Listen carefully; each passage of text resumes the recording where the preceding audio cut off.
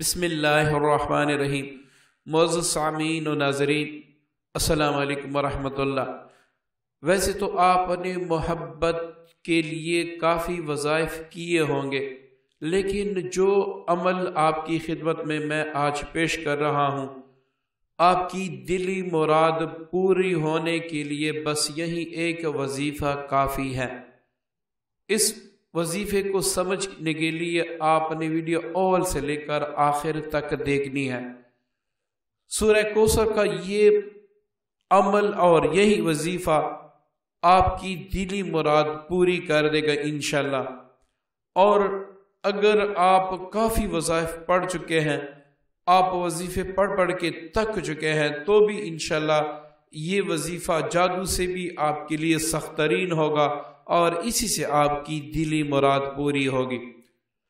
वजीफा यह है कि आपने शब जुम्मा में या जुम्मे के दिन, इसके दो वक़्त हैं, आप फजर के बाद भी इसको पढ़ सकते हैं और आप इसको इशा के नमाज के बाद भी पढ़ सकते हैं, क्योंकि ये दो वक़्त यकसुई के होते हैं। इसमें आपको यकसुई मयस्सर होती है और अमल सारा चलता है यकसुई पर। जितना आपका तसव्वुर कायम होगा, जितना आपका तसव्वुर सख्त होगा, उतने ही वजीफे के तासरात और असर ज्यादा होगा। तो आपने 11 मर्च लेने हैं, जो बाजार में आम मिलते हैं, गोल मर्च आपके घर में भी मौजूद होते हैं। ये 11 अदद लेकर हर मर्च पर आपने 21 बार इन्ना आतोइना कल कौसर इस तरीके से पढ़ना होगा। बिस्मिल्लाहिर्रहमानिर्रहीम। इन्ना आतोइना कल कौसर फसल्लि लिरब्बिका वन्हर इन्ना शानिअका हुवल अब्तर। फलां के दिल में मेरी मोहब्बत पैदा कर। अब आपने पहले से अपने पास एक लंबी सुई रख लेनी है। जैसे ही ये पढ़ाई आप मुकम्मल कर ले, आपने मर्ज पर दम करना है और इस मर्ज को फौरन आपने, अगर आपके पास छोटा गैस का चूल्हा है तो वो अपने पास रख ले, आपने उस पे जला देना है, मतलब सुई में डाल के आपने जलाना है। या फिर अगर आपके पास गैस अवेलेबल नहीं है तो आप बाजार से मोमबत्ती भी ले सकते हैं, उस पर भी इसको जला सकते हैं। इसी तरीके से आप दूसरा मर्च ले लें और इसी पर यही पढ़ाई इसी तरीके से कर लें। 11 मर्च है आपके पास, आपने 11 बार 21 बार इन्ना आतोइना कल कौसर, जो तरीका आपको बता दिया, इसी तरीके से आपने पढ़ के इस पर दम करना है। अब आप देख ले, अगर आपके मतलूब जिसको आप चाहते हैं, जिससे आप मोहब्बत करते हैं, उसके दिल में मोहब्बत पैदा हो चुकी है और वो आपकी मोहब्बत में गिरफ्तार हो चुका है, तो इस अमल को तर्क कर दे। अगर ऐसा नहीं है तो आप दूसरे दिन फिर उसी वक्त यही अमल दोहराए, तो इंशाल्लाह दूसरे दिन के अमल से जरूर असर पड़ेगा। तो दूसरे दिन के अमल के बाद आप देखें कि असर ज्यादा है या कम है। अगर कम है तो तीसरे दिन आप फिर इस अमल को इस तरीके से कीजिएगा। अब आप देखें, अगर फिर भी अमल कम हो तो आप लगातार 7 दिन तक इस अमल को जारी रखें।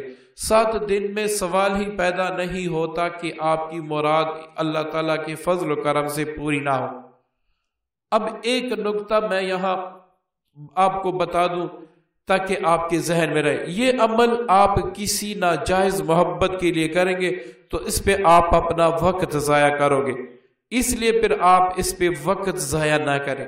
ये सिर्फ जायज मोहब्बत के लिए। अगर किसी लड़के के पहले आपसे ताल्लुक थे या किसी लड़की की पहले आपसे ताल्लुक थे, आपका इरादा खालिसतन शादी का था, लेकिन वो किसी के बहकावे में आके आपको छोड़ गए, तो उसके लिए आप कर सकते हैं, क्योंकि आपकी नीयत शादी की है।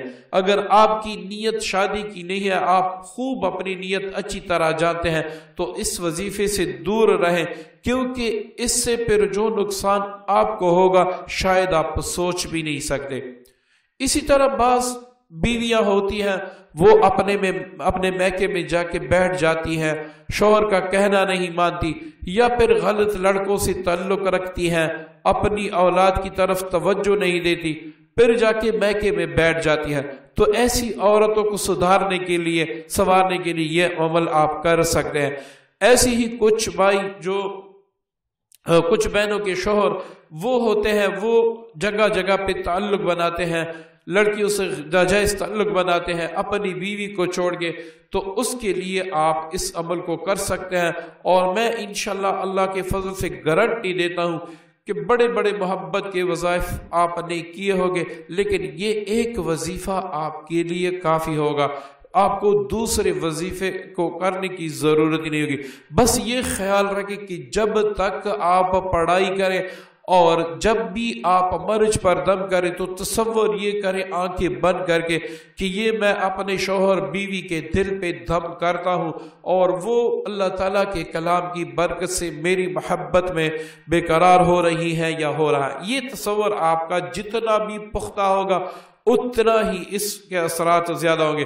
اگر آپ کا تصور زیادہ ہے، آپ کی جستجو زیادہ ہے، تو پہلے ہی دن یہ وظیفہ کام کر لے گا۔